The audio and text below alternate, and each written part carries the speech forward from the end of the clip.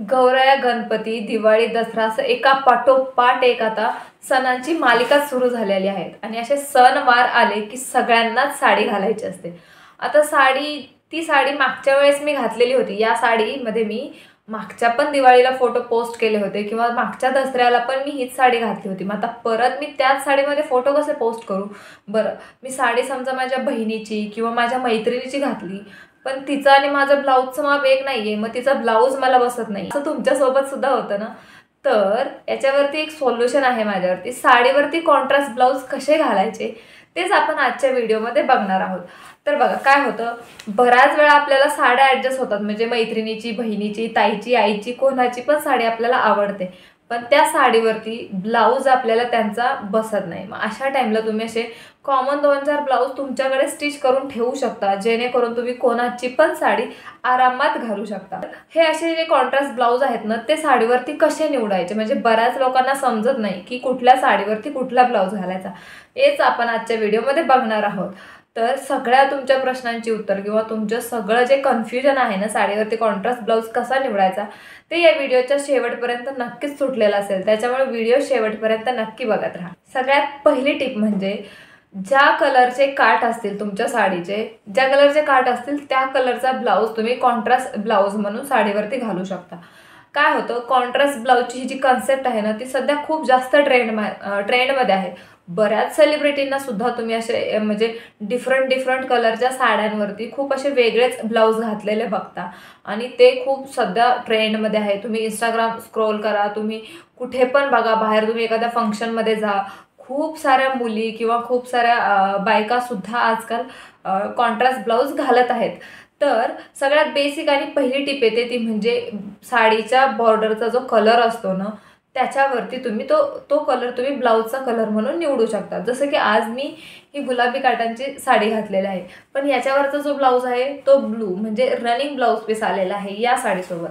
तर मध्ये ब्लू दोन्ही पण चांगलं नसतं दिसलं, म्हणून मी याच्यावरती एक दुसऱ्याच साडीवरचा माझा गुलाबी कलरचा ब्लाऊज घातला आणि तो अगदी सुंदर मॅच सुद्धा झालेला आहे या साडीसोबत.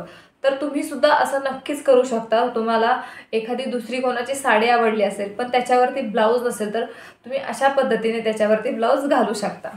टिप नंबर 2, जर तुमच्या साडीला एकापेक्षा 2 म्हणजे एकपेक्षा जास्त असे कलर असतील काठांमध्ये सुद्धा, जर समजा 2 कलर असतील, तर अशा टाईमला तुम्ही काय करू शकता की कुठला पण एक तुम्ही कॉन्ट्रास्ट ब्लाऊज म्हणून निवडू शकता, जो की साडीसोबत असा मिळता जुळता कलर असेल.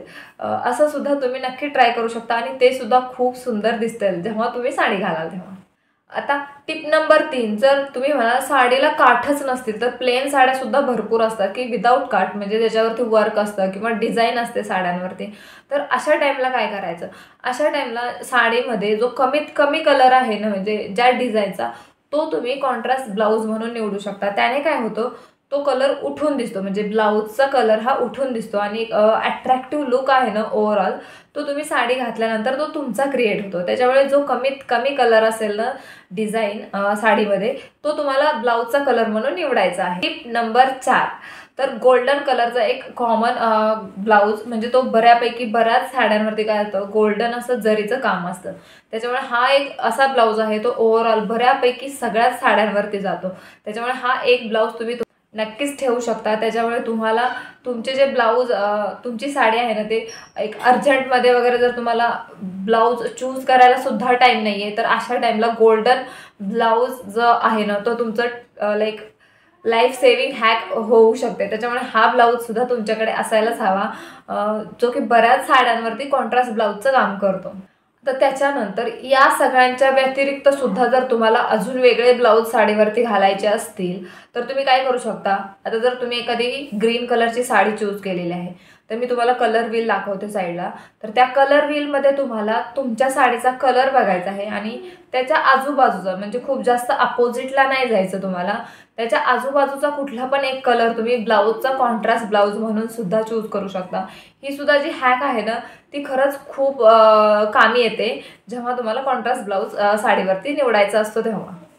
त्याचबरोबर जर समजा तुमच्याकडे एखादी हिरव्याच कलरची साडी असेल आणि तुम्हाला ब्लाऊज सुद्धा तुमच्याकडे हिरवाच असेल, तर सध्या मोनोक्रोमॅटिक लुक ज्याला म्हणतात ना, तो सुद्धा खूप असा ॲस्थेटिक लुक, म्हणजे बऱ्याच इन्फ्लुएन्सरला, बऱ्याच तुम्ही इंस्टाग्राम स्क्रोल करा, तुम्हाला भरपूर मुली दिसतील ज्या की सेम कलरची साडी आणि सेम कलरचं ब्लाऊज असं एक छान असं फ्लॉन्ट करत असतात साड्या घालून वगैरे.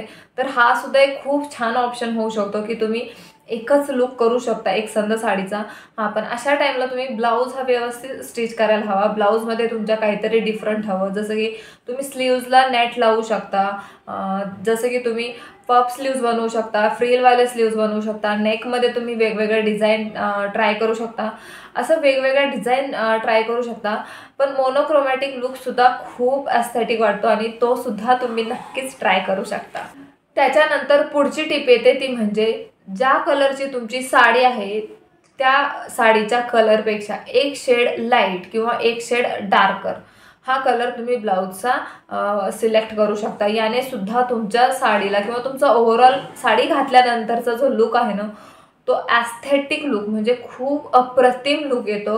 ऑफकोर्स तुम्हाला अशा टाईमला ब्लाऊजमध्ये छान अशी डिझाईन करायला पाहिजे, जेणेकरून तुमचं ते खूप असं एकसारखं दिसायला नको.